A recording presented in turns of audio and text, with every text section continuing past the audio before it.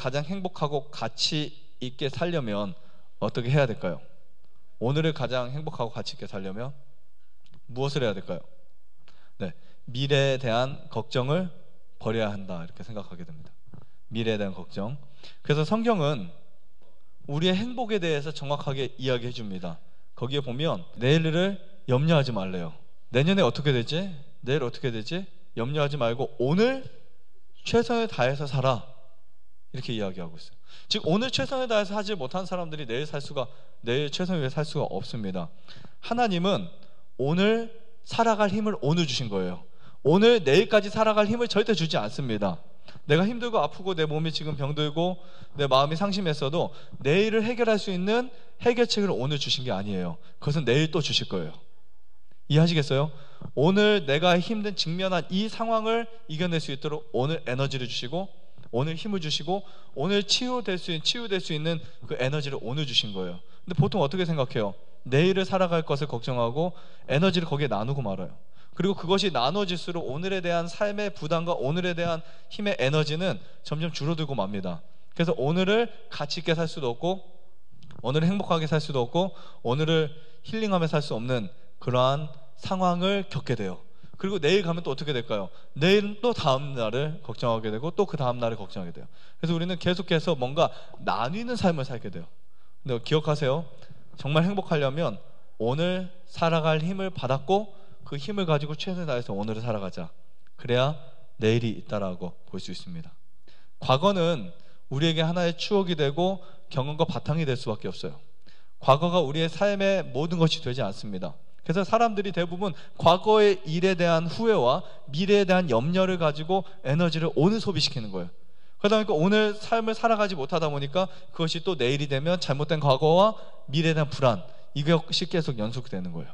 또 어떤 분들은 이런 말을 할 수 있어요. 나는 재능도 없고 할 수 있는 것도 없고 돈도 없고 아는 것도 없고 그리고 거기에다가 아프고 거기에다가 기댈 곳도 없고 너무 힘들어.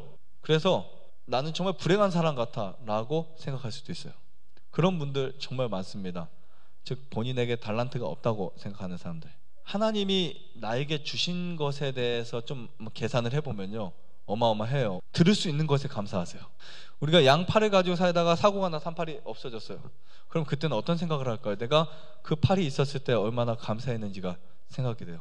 지금 한쪽 눈이 있고 볼 수 있는데 감사하지 않습니다. 그러다가 한쪽 눈이 실명이 됐어요. 당뇨에, 합병증에, 아니면 사고에 실명이 됐어요. 그러면 그 실명이 됐을 때 어떤 생각을 할까요? 아, 내가 그 눈이 있었을 때 정말 감사했구나, 이런 생각을 하는 거예요. 더 아름다운 것을 많이 봤을 걸. 네. 그러니 우리가 지금 갖고 있는 것에 대해서 감사하기도 부족한 시간이에요. 내가 지금 아픈 것보다 안 아픈 쪽이 훨씬 더 많거든요. 내가 없는 것보다 있는 것이 훨씬 더 많거든요. 얼마나 많아요, 그죠? 단지 상대적으로 우리가 비교하고 상대적인 빈곤을 느끼며 살아가기 때문에 힘든 거지, 사실 여러분 갖고 있는 거 너무 많습니다. 사지가 멀쩡하고 볼 수 있고 걸을 수 있고 호흡할 수 있고, 이런 상황을 감사하지 못하는 사람들은 없어져 봐야 감사를 하는 거예요. 없어져 봐야.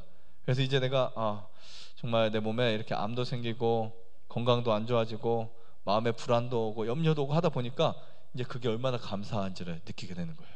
그래서 아픈 분들은 혹은 또 몸에 마음에 어떤 힘이 든 분들은 더 감사하셔야 돼요. 그냥 더 감사하고 더 행복해지면 그것이 에너지처럼 불어나요. 여러분 이런 거 아세요? 그 거울을 보고요, 엄청 잘생기지 않고 못생긴 사람들 거울을 보면서 자기가 계속 잘생겼다, 예쁘다, 멋있다, 훌륭해 이런 말을 하면은 그 사람들 거의 다 성공한대요. 나에게 주신 것에 대한 감사가 생기는 사람들이 성공하는 거예요. 뭐 그게 꼭 엄청 큰 돈을 벌거나 엄청 큰 명예를 갖는 것뿐만 아니라 자기 삶을 아름답게 만들어갈 수 있는 거예요. 엄청 많은 것을 소유하고 있어도 없다고만 하는 분들이 있어요. 하나님 주신 자신이 갖고 있는 그 달란트들을 감사하게 생각하고, 감사하게 생각하면 어떻게 될까? 그것을 나누게 되겠죠. 우리 잠언 한 말씀 볼게요. 11장 25절. 자, 감사하게 되면 어떻게 되는지, 사람이 어떻게 바뀌는지에 대해서 여기 써 있어요. 시작. 구제를 좋아하는 자는 풍족하여질 것이요 남을 윤택하게 하는 자는 자기도 윤택하여 지리라. 나누는 사람들에게 반드시 나타나는 현상 중에 하나는 증가한다는 거예요. 나눠보세요. 또 들어오게 돼 있고, 나눠보시면 또 채워주게 돼 있어요.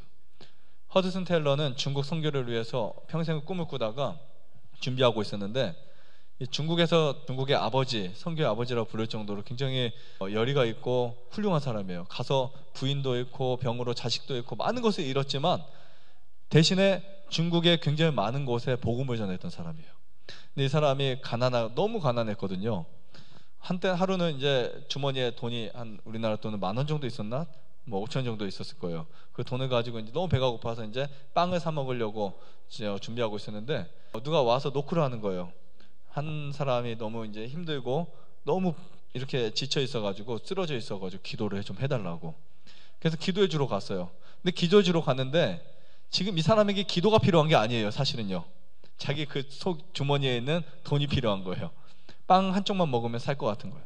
옛날에는 너무 가난하고 배고파서 그렇게 굶주려서 쓰러진 사람 많았잖아요. 그래가지고 이 허드슨 테일러가 고민을 하기 시작했어요. 배고픈데 내가 먹어야 되나?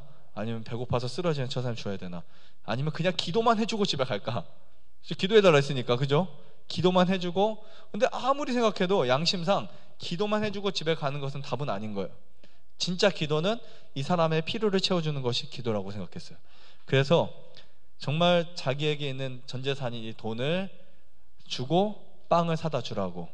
그리고 나서 이제 빵을 먹이고 기운을 차리고 이런 것을 보고 집에 왔는데, 집에 오자마자 하나님이 누군가를 통해서 먹을 것을 갖다 주셨어요.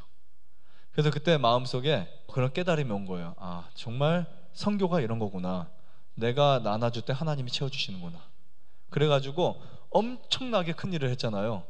사실 그렇게 작은 거 하나에서부터 사람은 행복을 찾을 수 있고 진정한 가치를 찾을 수 있다고 볼 수 있습니다. 근데 정말 신기한 것은요, 나누면 하나님이 또 주세요.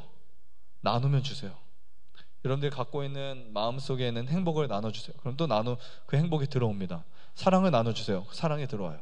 그리고 또 여러분들이 없는 사람들에게 또 양식을 나눠줘 보세요. 또 들어오게 돼 있어요. 하나님은 분명하게 정확하게 채워주세요. 네. 예수님의 그 나눔의 법칙에서 우리가 볼 수 있었듯이 오병이어 사건 아시죠?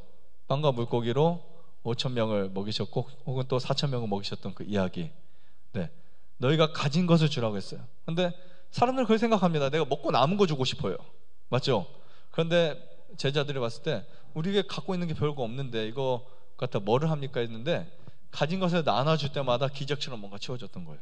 그 법칙이 여러분들에게도 이루어질 수 있다는 겁니다. 하나님, 나는 지금 내가 할 수 있는 게 아무것도 없다고 생각하지만 이제 듣고 보니까 내가 이렇게 아픈데도 옆에 있는 사람에게 노래 하나 불러줄 수 있을 것 같고, 그죠? 말 한마디 건네줄 수 있을 것 같고, 지나가다가 같이 다른 동료 환우분들에게 내가 기운 말 한마디 해줄 수 있는 이제 여유가 생길 것 같습니다.